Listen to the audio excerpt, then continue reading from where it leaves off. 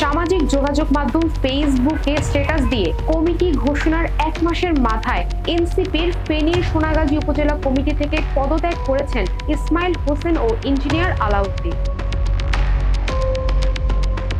গত 20শে জুন এনসিপির কেন্দ্রীয় সিদ্ধান্ত অনুযায়ী সোনাগাজী উপজেলায় 20 সদস্যের কমিটি ঘোষণা করা হয়েছিল।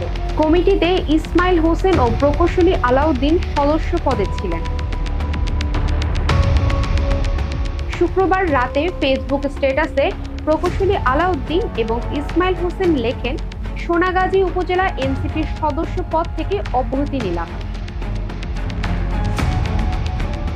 এ বিষয়ে ইসমাইল হোসেন বলেন, আমি জাতীয়তাবাদী দল বিএনপির পরিবারের লোক। দীর্ঘদিন বিএনপির রাজনীতি করায় মামলা হামলার শিকার হয়েছি। এনসিপির উপজেলা কমিটিতে আমাকে রাখার বিষয়ে পূর্বে কোনো অবগত করা হয়নি। এমনকি আমি তাদের কোনো কর্মসূচিতেও অংশগ্রহণ করিনি। তাই আমি পদত্যাগ করেছি।